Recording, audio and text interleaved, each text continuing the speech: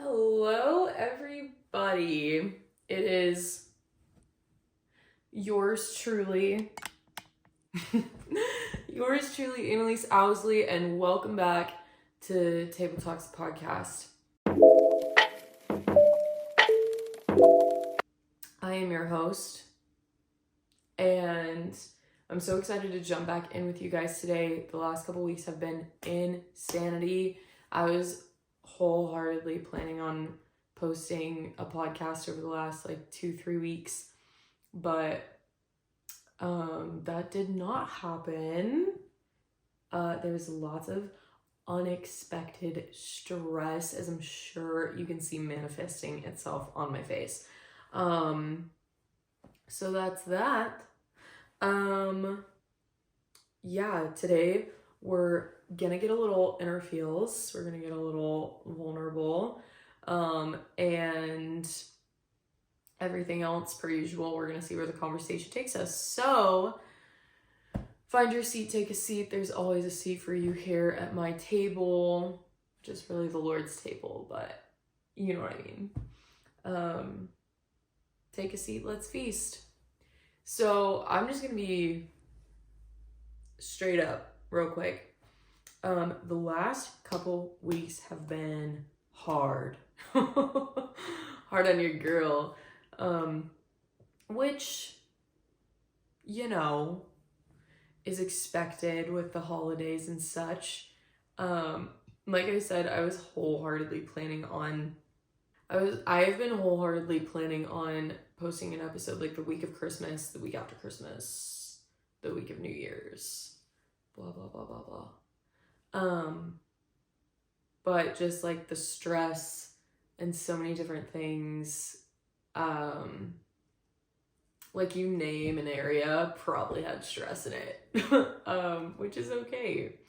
We're humans, it's what happens. But one of the things that I've gotten so incredibly convicted about recently is the fact that I am not very good at feeling my feelings. And here's the problem with that, is that I have been on this, what you would call, healing journey for going on 6 years, okay? And yes, I know you never arrive and we're always healing and growing and blah, blah, blah. Yes, I know. The issue, however, with what I am experiencing is, when they say in healing, it's not linear, you go forwards and then you go backwards. To quote Olivia Rodrigo, 1 step forward, 3 steps back. And basically, in my journey of healing, I've realized that it's really hard for me to feel, and I actually had to go through a season of my life where I was in this really specific kind of therapy that wasn't really talk therapy. It's not EMDR. I will get into this form of therapy maybe some other day. That today is not that day. Anyway, but I went through this specific type of therapy that kind of forced me to feel my feelings. There was nowhere to go unless I felt a feeling completely, and then we could work from that. Do we need to go through forgiveness? Do you need to forgive someone? Is there is it stuck? Basically, is the emotion stuck? All these things. And so that form of therapy taught me a lot on how to feel my feelings. And so I thought that I was better at it than I am. And I don't really love that is the conclusion I have come to. Because I have a couple friends that I look up to immensely for their emotional intelligence. And it's crazy that when I talk to them, there is no, everything that happens, period. Everything in the world that happens does not exuberate a connotation to them, which is so interesting. And that's not to say that they're like numb and everything's neutral. It's just like, but even when like something bad, like something that could, like to everyone else in the world would have a negative connotation, they have this way of looking at it from oh, this is just what happened. And it's like, there's no, no extreme feeling, which is like, not like reacting. It's, responding, I guess. And I admire them so much for that. But I was talking to a friend the other day, one of those particular friends who I admire her emotional intelligence. And I am reading Adult Children of Emotionally Immature Parents right now. And listen, bro, it's really convicting me. Just gonna be really honest. Because it's just made me realize so much that there has to be an aspect of grace and permission to just feel emotions that come up. Obviously, I'm not talking about like lashing out or reactions that are, in poor timing, in poor taste, with zero self-control. That's not what I'm talking about. But allowing space for me to like actually fully feel my feelings is necessary for me to live a successful life. Or at least the kind of success that I want to have, which is like, yes, of course, I want to be emotionally intelligent.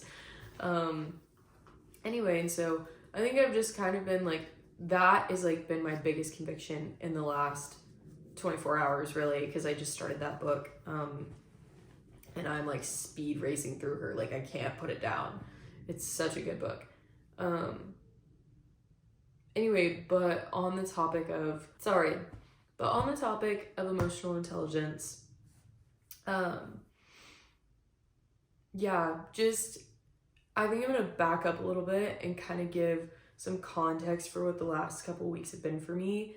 I try to be really careful about when I record podcasts and then post them, because I don't ever want to like, again, react or even just put bad juju out into the world, because there's enough of that. But I try just to be really careful about what I put on the internet for the sake of not bringing others down with me, I think is what I'm trying to say. Just being really careful that like whatever I do post, even in sadness or vulnerability or grief or any other quote unquote negative emotion, I want to be careful. I want to be careful that I don't like just drag other people into the pit with me. Not that I have to have everything figured out either, but Christmas was crazy. I hosted Christmas this year at my house in LA, which was glorious. But I just was very not prepared. This has never happened before where we didn't have Christmas at my grandparents' house. And so this year was like really different. I think it's happened one other year like that, but I think my family is starting to find a new rhythm in the holidays, especially with me and my sibling being adult children now. Us like trying to find our rhythm of, who goes to whose house and all those different types of things that I'm sure a lot of you relate to. So trying to find those new rhythms, and then having my family at my house was amazing and glorious, but still, it's hard when routine changes so quickly. And it's just hard when routine changes so quickly, and then we're not able to, like for me, I'm not in a relationship, so I just get to be like this little selfish 20-year-old and I don't have kids either. And so like my world revolves around me. And so then having other people in my space and in my house that aren't my roommates that I deal with like on a consistent basis, you know, it just kind of knocks the selfishness out of you a little bit, because you're like, oh, I can't be that. I can't do that right now. Anyway, and so it was on me, like, partially too. I did not mentally, emotionally, spiritually prep for everything that like week entailed. And then I feel like my life got hit by a truck come like literally the 1st of January. I am transitioning jobs right now, too. Just like had a lot of opportunity come at me, and I was like, whoa. And so that's been really cool. But just even like, if this is the first podcast you're hearing of mine ever, I just moved to LA 3 months ago today, actually. Happy 3-month anniversary to me. But I just moved to LA 3 months ago, and so that was, and I moved with like 3 weeks notice, basically. At the drop of a hat, drove across the country. Now I live in LA. And so there's been obviously a lot of transition in that alone, but I feel as though I'm going through another season of transition, with like, yeah, just a lot of different stuff, like work, and also spiritually. It feels like, I don't know if anybody else feels this way, but it felt very much like in 2024, at the very, very end of 2023, a ton of my friends like leveled up maturity wise, like emotionally and in the spirit. And that was like really cool to see, but it was kind of like this big push to get us into 2024, and now we're in 2024 and we've leveled up, but like now we're getting hit with all these things of like, oh, opportunity, oh, choices, oh, this, oh, that. And it's great, but it's also a little bit overwhelming. Just a little bit. Yeah, and also just feeling a little bit creatively blocked too. I really have not been I have not been good about resting or nurturing my creativity. Those two things haven't been A+ recently. Which honestly, that's like, I'm a verbal processor, if you haven't already caught the drift. And so that's another reason I love making these podcasts, is because it makes me have like self-revelations, and I'm like, oh, I should probably like schedule rest next week or every week, you know? Anyway, so that, and also on the topic of being creatively blocked, I'm like redoing my room right now, and guys, I struggle so much with perfection and performance, and yes, it's like gotten better over the years, but like still I'm like, you know, Lord, just take it out. Anyway, I mean that, but I'm also terrified when I said that out loud just now. Yeah, on the topic of being creatively blocked, and on the topic of I really struggle with perfection, is that and this is where I got the revelation about like emotional intelligence, is because when I started making choices to like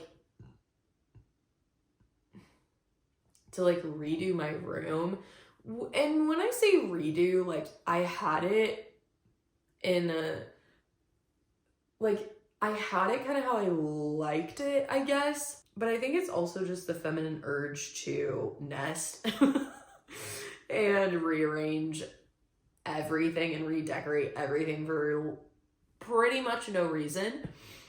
But I really, really struggle with making small choices. And that is something I have worked through for years, and I am much better at it now. But especially when it comes to aesthetics and things like that, I put way too much weight into things like that. And so that is like, I'm not even gonna lie to y'all, that is like a huge part of my stress, is because I'm also impatient. And so I'm like, oh my gosh, I have to find a bed frame and a bed set and all new wall hangings and a desk and a shelf and everything like right this second. I'm literally stressing. I'm probably stressing you out just talking like that. I'm stressing myself out. I need to chill. But anyway, just girls, you know, I'm sure boys, I don't know if boys know this, but like girls, I'm sure y'all know what it feels like to have your room like not exactly the way you want it, and it's just kind of like, and so in that I've been like almost giving myself anxiety over not like feel it's me having anxiety because every time I have to make like things match to like go in this room to like make it aesthetic or whatever, I then immediately feel shame from feeling like a failure because I feel immense pressure to get it right on the first try. Which is no, we rebuke her. Anyway, I kind of want to lean into that a little bit more of just the perfection bit, because even like in Christmas, New Year's Eve, especially when my family was around, I was really struggling with like if I didn't respond like exactly how I wanted to, or you know, if I maybe made a snarky comment or had an attitude or whatever, you know, I would just, I don't really struggle with this very much in like friendship aspect anymore. So I used to have high functioning anxiety and depression like to the nth degree. I was one of those people where you could be having a full on normal conversation with me and I would be having, I mean, I could hold the conversation and be having a full blown panic attack, like walls are closing in, tunnel vision, sweating, hyperventilating, and I'm still holding this conversation with you, and you probably have no idea that I'm freaking out inside, unless I told you that. So yes, I used to struggle with like high functioning anxiety, depression, panic attacks. And I really haven't dealt with those three things in any capacity that I used to, like at all, in the last 2 years probably, unless there was like a big stressful borderline traumatic event happening, then I really haven't struggled with that. But something else the Lord's been talking to me about recently that was really honestly pretty gut-wrenching for me to hear is that he was basically telling me that because one of my friends yesterday was like, Anna, you seem kind of stressed. Like, are you good? Is your life okay? And I was like, yeah, I'm like, great, everything's fine. And she's like, okay, I'm just like, you know, I'm just checking in on you because I care, and you just seem kind of stressed. And it kind of like hit me, and I kind of felt like the Holy Spirit was trying to show me that, like, because I used to function in like extreme anxiety and panic and depression, that like I didn't know what normal stress felt like.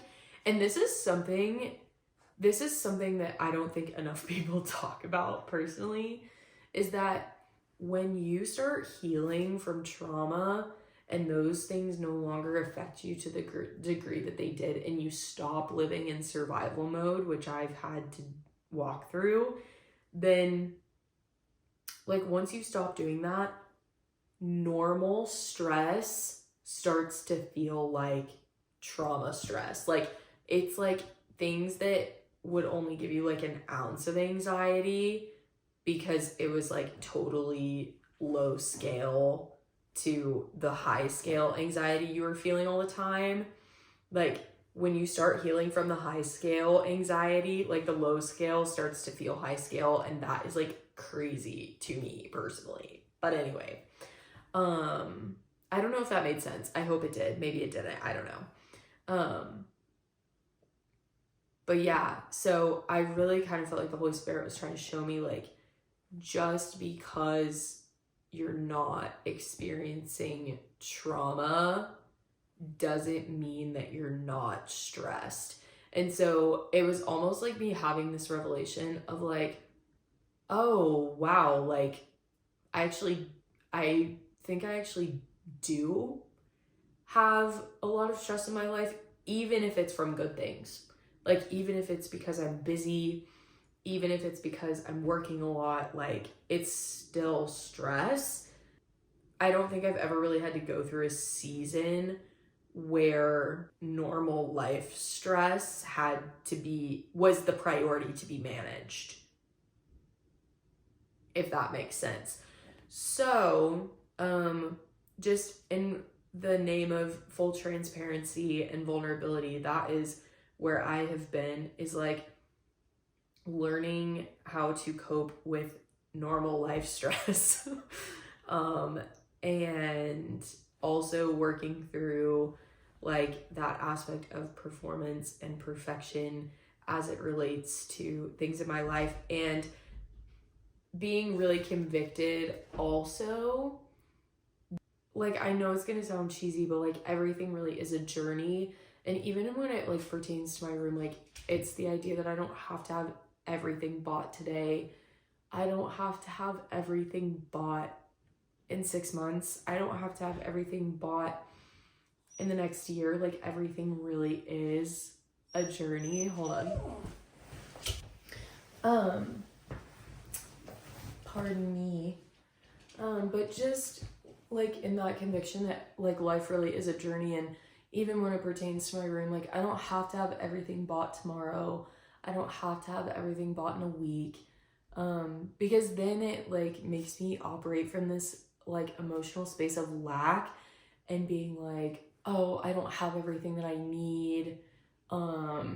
Like instead of coming at it from a place of gratitude, because realistically I actually do have everything that I need, and there's just things that I want that like have to be bought over time, because who has that kind of money to like remodel their entire room in one fair swoop, you know?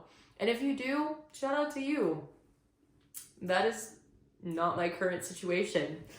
And so just giving myself grace to like not have everything have to be perfect, and even realizing that the reason that I feel this like external pressure / internal pressure to have my room all done is because it's like, oh, well, what if someone comes over? Like, I want them to think that my room is cool, which is still operating out of performance, which is just like, I really don't like that.